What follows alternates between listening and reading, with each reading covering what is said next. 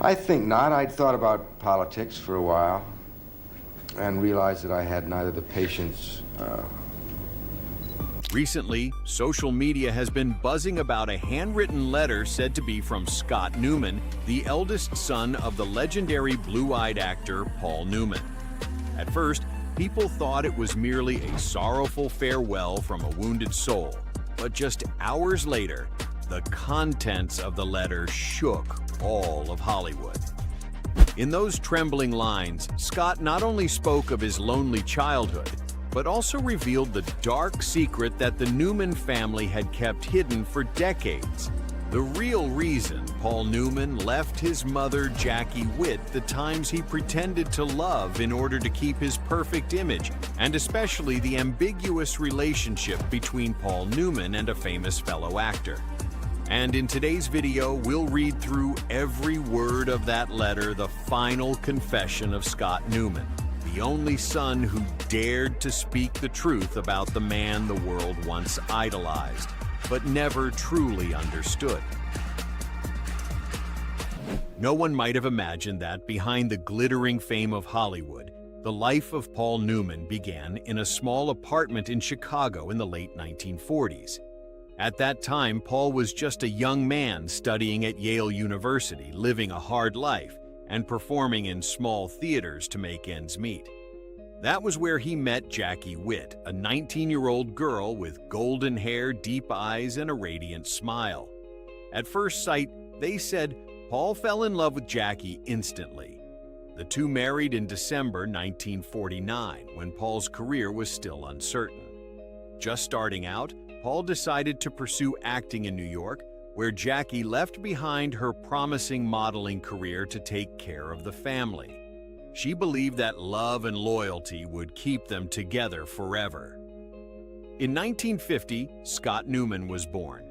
In the early years, their family life seemed like the perfect image of classic American love: a devoted wife, a hard-working husband, and a complete family. But beneath that perfect exterior, cracks had already begun to show, mostly because of Paul's growing hunger for fame. As Paul's career began to rise, he was home less and less. Film shoots, after parties, and invitations from the film industry gradually turned Jackie into a shadow in her husband's life. New York newspapers at the time reported that Paul Newman was the most promising new face of 1954. And major magazines like Photoplay and Modern Screen constantly praised him, making him an increasingly bright star. Meanwhile, Jackie stayed home caring for their son, hoping her love could keep the family steady. But every time Paul returned, the house felt colder, and Jackie couldn't hide the exhaustion in her eyes. Though she smiled at her husband, she later admitted she felt utterly alone in a marriage falling apart. A close friend of Jackie said she often cried when reading interviews in which Paul spoke about the freedom of a single artist.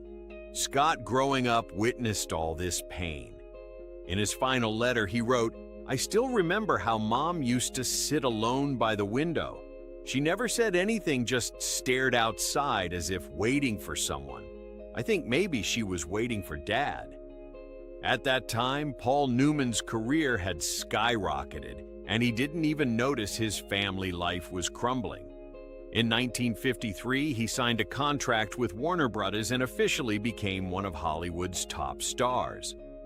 Rumors about a mystery woman began circulating around the movie Picnic 1955, and the public started questioning Paul's private life. Reporters from The Hollywood Reporter and Life magazine noted that Paul was frequently seen with a young, beautiful, and talented actress at after-parties. These rumors soon spread widely. Jackie heard the rumors. Though she never spoke up, her silence was the most painful answer. Neighbors in Westport recalled seeing Jackie drive alone to New York, returning late at night, with red, swollen eyes, unmistakable signs of heartbreak. Scott continued in his letter, "Dad was a hero to the whole country, but to me, he was just a guest passing through his own house.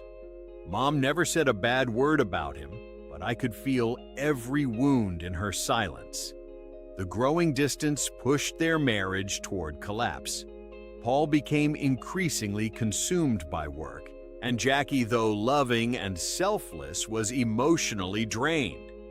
By 1957, Los Angeles newspapers simultaneously reported on Paul's affair. His silence in the face of these rumors marked the end of their marriage. In 1958, the marriage officially ended. Jackie gained custody of Scott while Paul moved out and began a completely new chapter of his life.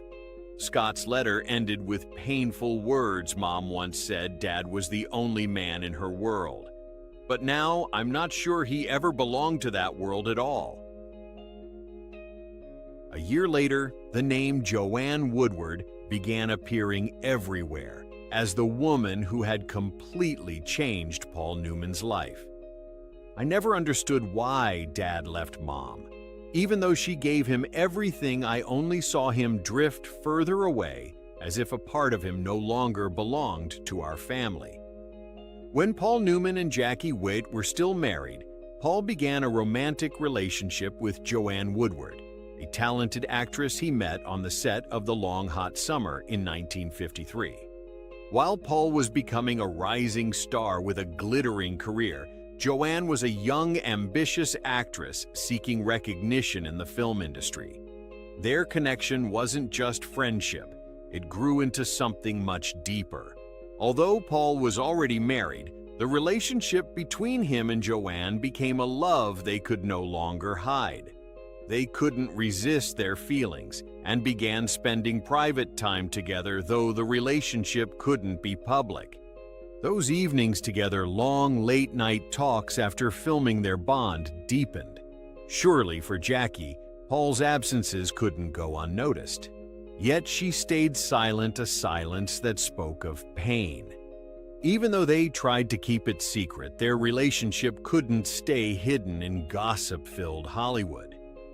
Scott wrote in his letter, "Mom always stayed silent, but I knew she sensed something. She didn't say it, but I could see the pain in her eyes every time Dad came home from a trip." From 1953 to 1958, Paul and Joanne's relationship continued to grow even as Paul remained married to Jackie. But the cracks widened. Business trips, after parties, and vacations together made people in Hollywood suspicious.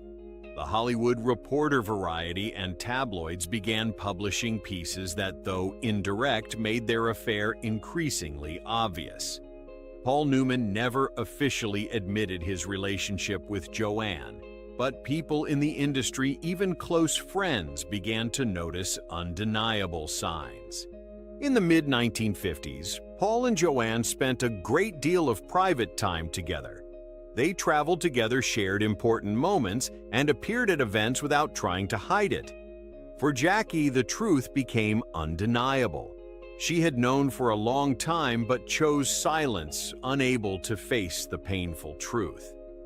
Scott, watching the changes in his family, couldn't understand why his father acted that way.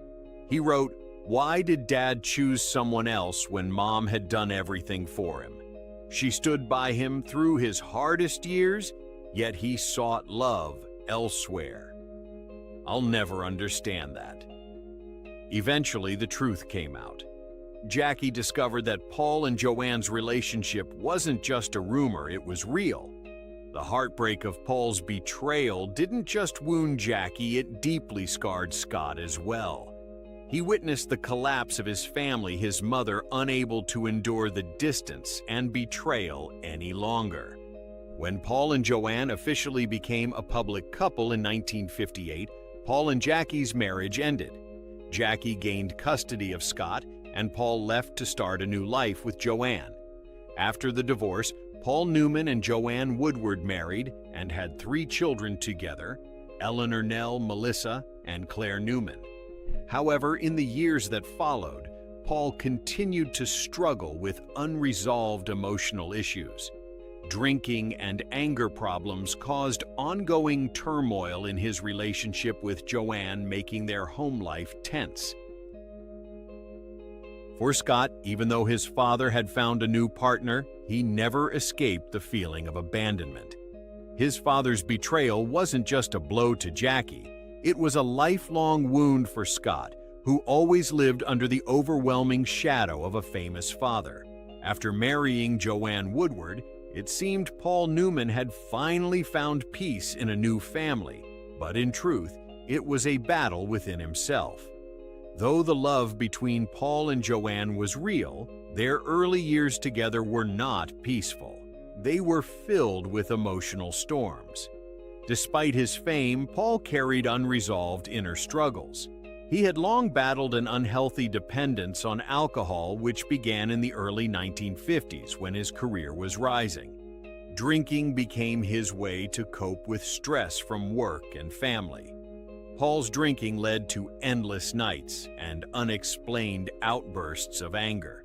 Everyone around him, from Joanne to his children, was affected. Joanne, though deeply in love and doing her best to help, couldn't control his temper. Each time Paul came home, he seemed like a stranger, not the man she had fallen in love with. Their frequent arguments made their relationship increasingly tense. Joanne later shared that she often felt like she was living with someone she no longer knew. She tried to protect her children from the chaos Paul brought into the house. In those moments, she had to hide her pain behind the false smiles Paul presented to the public. But this turmoil wasn't limited to Joanne. Even after remarrying, Paul couldn't silence the storms inside him. He would sometimes reach out to Jackie only to vent his frustration, scolding her as if nothing had changed. Though she was no longer his wife, she remained the person he turned to when anger consumed him. Meanwhile, Scott, Paul, and Jackie's son could not escape his father's expectations. Paul often criticized him, pushing him to meet unreachable standards. Living under his father's fame, both in the public eye and at home, left Scott without peace. His father's harshness and absence gradually led him into depression. Paul's life with Joanne, though more public, was far from peaceful.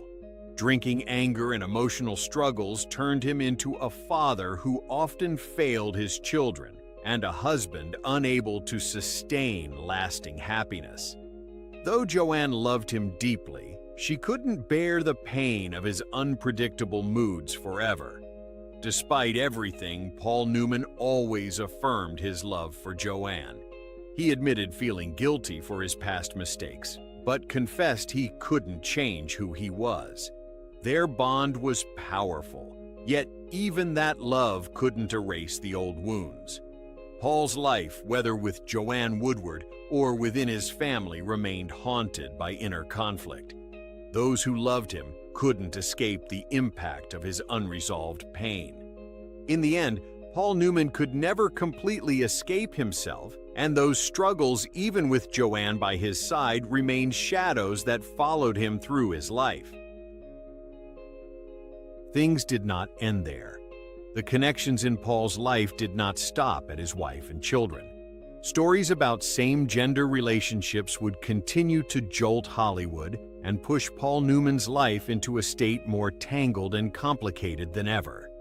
Hollywood whispered about Paul's unusual connections, but the one that sparked the most curiosity and debate among the public was with Robert Redford, his co-star kindred spirit, and according to many rumors, the only man who ever truly changed Paul.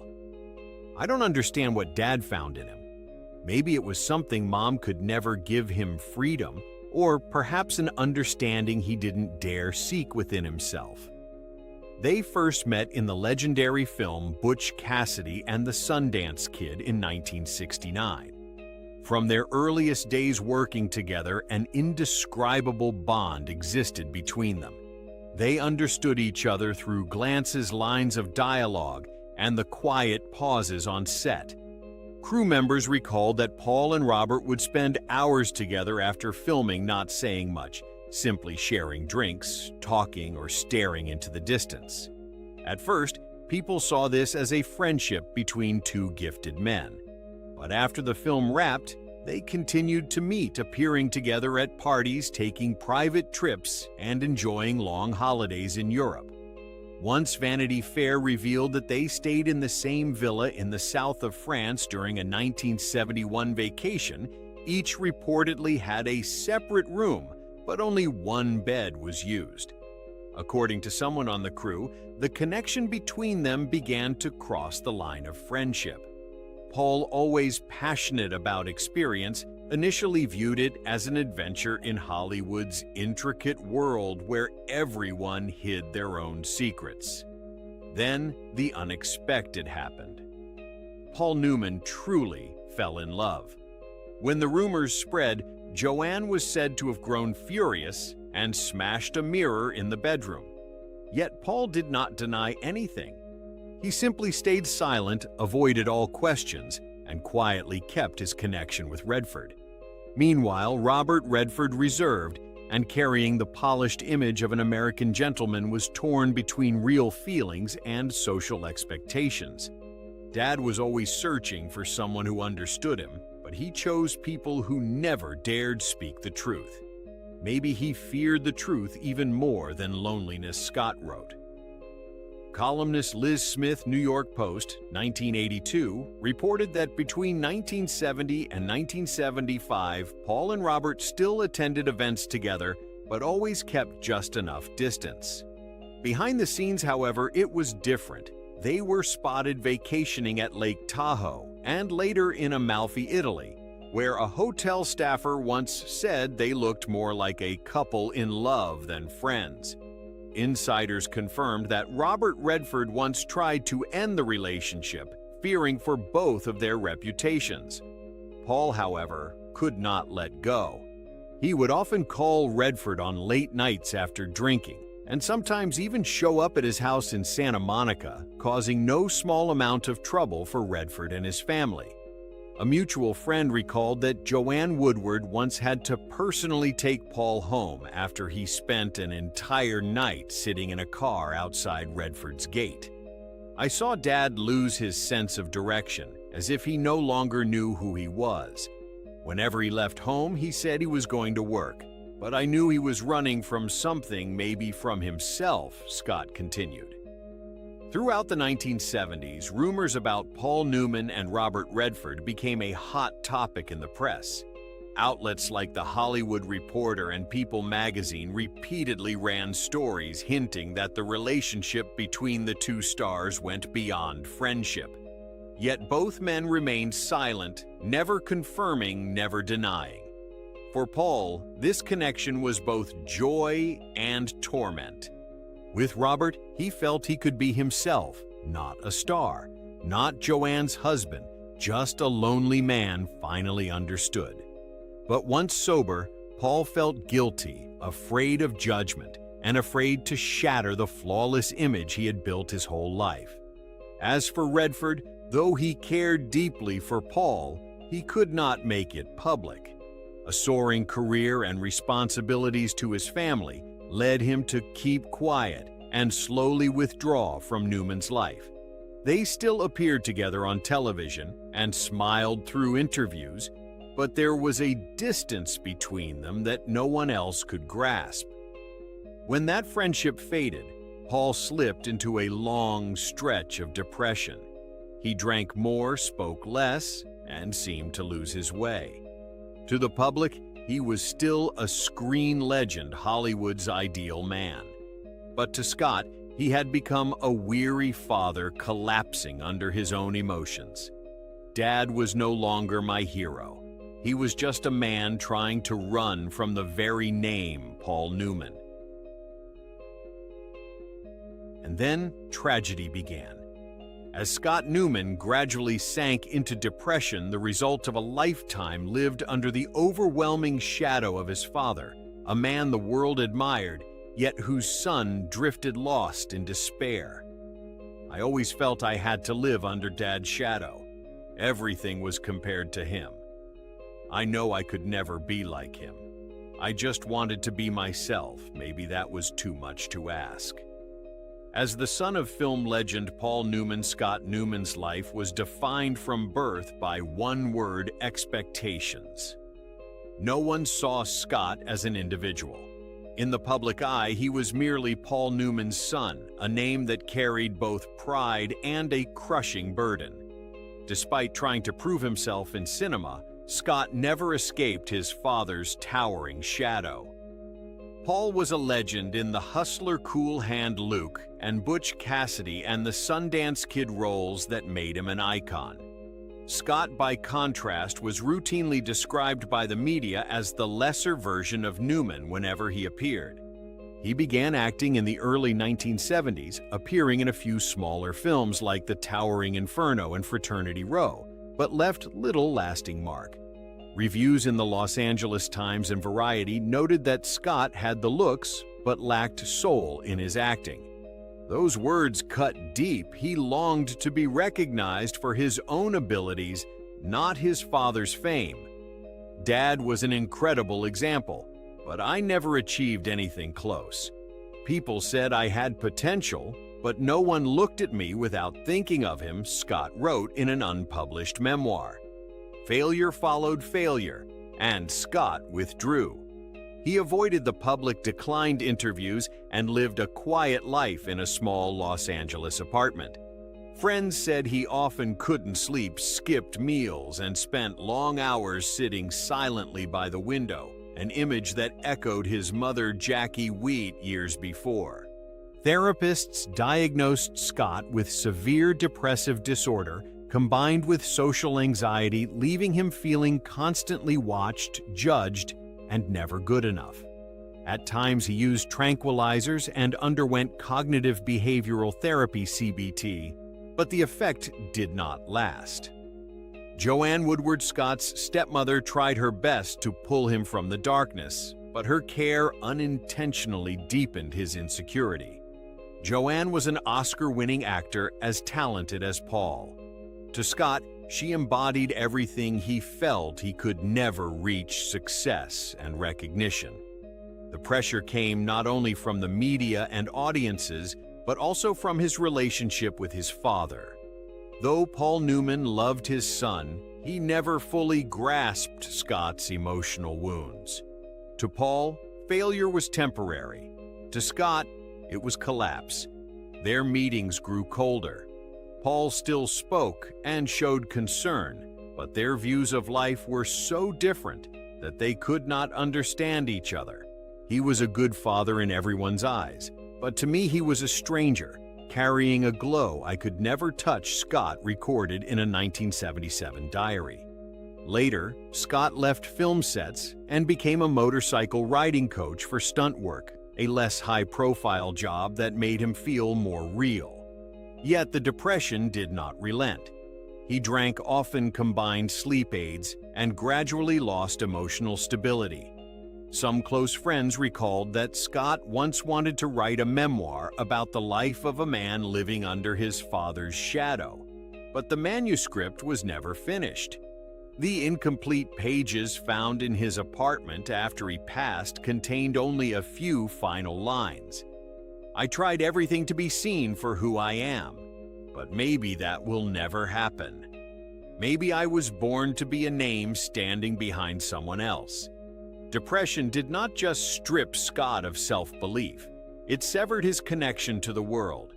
Each day he withdrew further, spoke less, and nearly vanished from Hollywood. All that remained of Scott Newman was silence, something he once described as the echo of a son lost in a great family. That very silence became an omen for the final tragedy when Scott Newman on a dark night lost himself forever. By the late 1970s, Scott Newman was no longer the energetic young man who dreamed of becoming a great actor like his father. After years battling severe depression, anxiety, and a series of career setbacks, he fell into a profound emotional collapse. Close friends said Scott often stayed up many nights in a row sitting alone in his Los Angeles apartment, a glass in hand, staring into nothing. He no longer found joy in acting nor in the motorcycle coaching work, the one thing that had once made him feel free. His life had dwindled to a chain of solitary days, medication, alcohol, and a frightening quiet. I tried to become someone Dad could be proud of, But the more I tried, the more I lost myself, Scott wrote in his final journal pages. After stepping away from Hollywood, Scott lived quietly, nearly cutting off contact with the press. Occasionally, he attended parties or charity events, but the smile on his face was a fragile mask hiding exhaustion within. Friends described him as a soul trapped between light and shadow. In 1978, Scott was invited to take a supporting role in a small action film in California, seemingly a chance to revive his career. During filming, however, he suffered a minor knee injury. Pain combined with his habit of self-medicating with tranquilizers set the stage for disaster. According to Los Angeles County Police records, on the evening of November 20, 1978, Scott drank strong liquor with a few friends at a bar in Westwood. Back at his hotel, he took Valium and codeine for the pain, an extremely risky combination. The next morning, hotel staff found him unconscious in his room. Although he was rushed to the hospital immediately, he did not survive. The coroner's report confirmed that a dangerous mix of medication and alcohol was the direct cause. Scott Newman passed at 28, a heartbreaking end for the son of a legend. News of his death stunned Hollywood. Papers from the Los Angeles Times to People magazine ran headlines like "Son of Paul Newman dies in tragic accident." Behind those cold headlines, however, was an unspeakable grief within the Newman family. When Paul Newman heard the news, he was devastated. He blamed himself for being too consumed by his career and not spending more time with Scott. In a 1982 Time interview, Paul admitted, "I lost the boy. Not because of Hollywood, but because I didn't know how to be his father." After Scott's death, Paul Newman and Joanne Woodward founded the Scott Newman Center in 1980, a nonprofit dedicated to raising awareness about the misuse of substances and prescription medication among young people. It was Paul's way of making amends, turning tragedy into action to help others avoid the path his son had taken.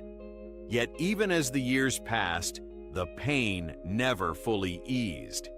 Family members said Paul often carried a photo of Scott in his wallet and sometimes sat alone staring at it for a long time. "Dad is loved by the whole world, but I just needed him to love me." Scott once wrote, "Scott Newman's passing was not only a personal tragedy, but also a warning about the cost of fame." Behind the spotlight, behind admiration from millions, was a family fractured by expectations, pressure, and an unhealed loneliness. Scott left carrying wounds his father never fully understood, leaving an emptiness in Paul Newman's heart that would never be filled. Paul Newman's life may be one of Hollywood's brightest chapters, but behind the glow lies a chain of secrets, losses, and pains that could never be fully told. Scott Newman's letter, whether real or not, forces us to ask, to become a legend, must a person sometimes trade away family love, and even themselves? What do you think about what Scott wrote in this letter? Are these merely the desperate words of a lonely son, or truths that Hollywood tried to keep hidden for decades? Leave a comment below so we can discuss. Don't forget to hit subscribe and turn on notifications so you won't miss our upcoming videos, where we'll continue to reveal untold stories from the world of Hollywood stars.